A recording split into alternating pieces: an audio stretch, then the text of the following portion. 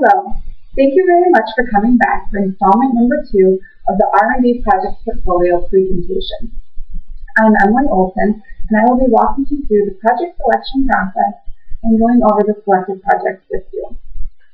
The objective of the project selection process is to maximize financial reward while also providing a strategically balanced portfolio of projects. In the previous presentation, we reviewed the portfolio requirements. These requirements reflect corporate strategy and also market opportunity. I will now briefly go over those requirements to refresh your memory on them. The first requirement is to protect and improve margins by eliminating all costs that are not value added. 2, expand further outside the U.S. 3, support existing brands in our core market. 4, delist poor performing products based on low sales volume, low sales margin, and poor licensing score.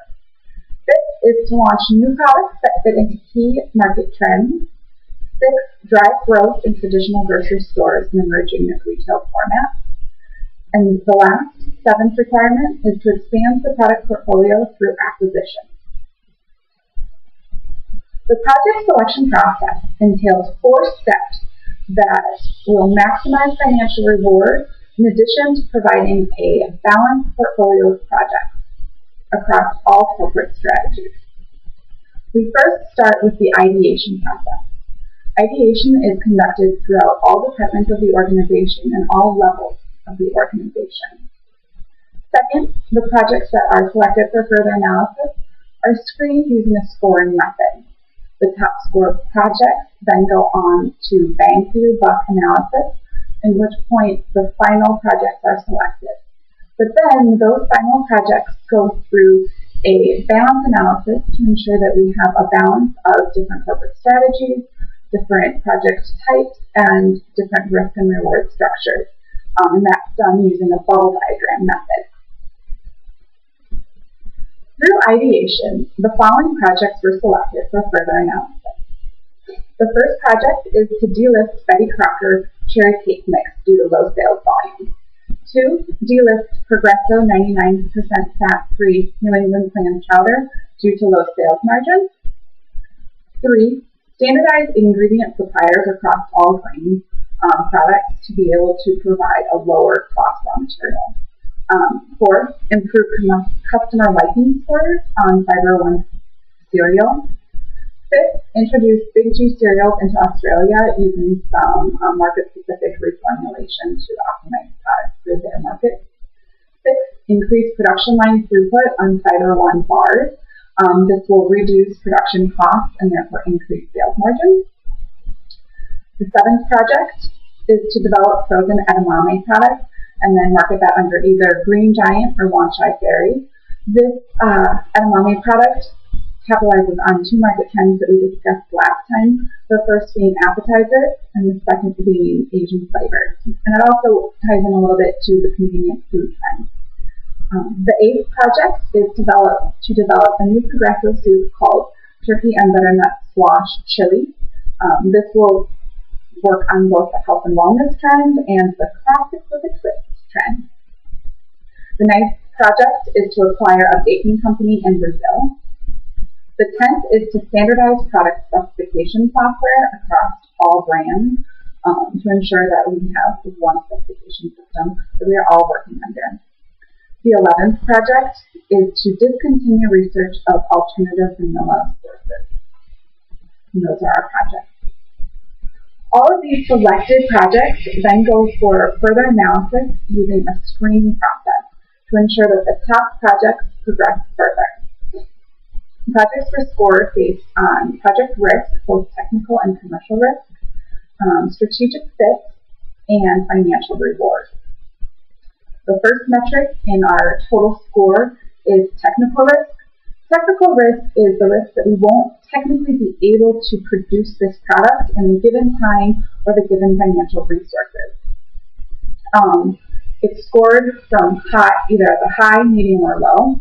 High risk is a score of 1, medium, 5, and low gets a 10. And then this score is weighted at 15% of the total metric. The next project score that we do is commercial risk. Commercial risk is the risk that the finished product will not be accepted by the consumers or by the customers. It's, again, 15% of the total metric, and it has the same weighting system. So a high risk is a 1, a medium risk is a 5, and a low risk is a 10. Projects are then scored on financial reward. Scores are calculated by dividing the estimated net present value for this individual project by the total estimated net present value summed up of all projects available or currently in the system. And then this is made as a percent. The financial reward is weighted at 35% of the total score. The final scoring metric is strategic fit. The way we put a number to strategic fit is by determining how many of the portfolio requirements of those 7 are met by this individual project. And then the number that it fits is divided by the total 7 requirements and put as 8% again. And this is weighted at 35% of the total score. This table provides a summary of the project risk scores. I'm not going to read through the table, but I will pause for a moment to allow you to review it.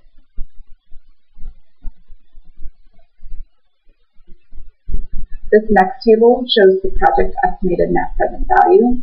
Again, I won't read through the entire table for you, but I will pause to allow you a moment to review it.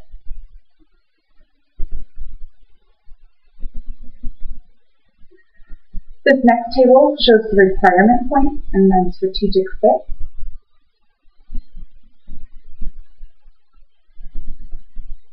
And finally, this table shows the final weighted project scores. The project list has been sorted from top score, highest to lowest, and the bottom 2 projects were eliminated from the selection process. Next, we use bang for the buck to make final project selection. Bang for the buck gives a metric for the reward per constrained resource. For General Mills, we have 2 constrained resources: personnel days, which we have 15,000 available personnel days for all projects this year, and then financial investment. We have $11 million of available financial investment for all projects. Bang for the buck is then estimated using or calculated using the estimated net present value for each individual project divided by the constrained resource that that individual project will need. So you take the net present value for the first project divided by the number of personnel days that that project will require, and then also the net present value for the first project divided by the financial investment that that project will require. Once all of these metrics were determined or calculated, the projects were sorted based on 3 different criteria, and we were given 3 different possible portfolios. It was sorted based on score, personnel bang for buck, and financial bang for buck. Then the total net present value for each portfolio was summed, and then they were compared against the 3 different portfolio options. The portfolio with the highest net present value was selected for balance checking. The first one that we did was score. When sorted by highest score to lowest score, only 4 projects were selected. We hit a point at which we no longer had any more investment dollars available. The net present value for this portfolio is $3.1 million. Projects were then sorted on the personnel bang for buck. 8 of the 9 presented projects were capable of being accomplished using the personnel bang for buck and the constraints. These 8 projects will provide a $5.6 million net present value. Finally, projects were sorted based on financial investment bang for buck. Clearly, this metric will favor any projects with very low investment needs, even if they have high personnel needs. However, for our projects that we're looking at currently, the financial bang for buck gave us the same selection of projects as the personnel bang for buck. So we have 8 projects that would provide a $5.6 million net present value. Comparing the 5.6 net present value to the $3 million net present value of the scoring portfolio, we selected the 8 projects with the $5.6 million net present value. Finally, bubble diagrams are used to check and confirm project balance. Bubble diagrams show a visible representation of risk versus reward and show how your various different projects of the portfolio rank on the risk versus reward. Risk is calculated using the average risk of the technical risk and the commercial risk, and that is plotted on the y-axis. And then reward is done using the estimated net present value of each project, and that's on the x-axis. As you can see on this graph, we have a number of low-risk, low-reward projects. We have one project that is high-risk, medium reward, and one great project that is low-risk, high reward. The next level of the bubble diagram, we add strategic fit on top of the risk versus reward, using the size of the diamonds to indicate the strategic fit. A project that only satisfies one of the portfolio requirements gets a small diamond. One that meets two requirements gets a medium diamond, and one that meets three gets a large diamond. As you can see, no projects met all three requirements. Of the 8 total projects, we have 4 projects that meet 2 requirements and 4 projects that meet 1 requirement. The final layer of the bubble diagram shows which projects are categorized as create, operate, or destroy. Create projects are projects that are creating something new, a new product, a new portfolio, or a new platform, a new research, something that's new. An operate project is a project that maintains the existing system. So it's increasing throughput, it's decreasing margin, it's operating our existing system. And destroy is a project that eliminates the current system. So it's either delisting a project, delisting a product, something like that. Green diamonds indicate create projects. Yellow diamonds are operate projects, and red diamonds are destroy projects. As you can see, we have selected 3 create projects, 2 operate projects, and 3 destroy projects, showing a very good balance of the 3 different project types. So, through ideation, screening from scoring, bang for buck analysis, and bubble diagrams, the display projects were selected. The projects are expected to provide a $5.6 million net present value based on an $11 million investment for General Mills. Thank you very much for participating in my second presentation.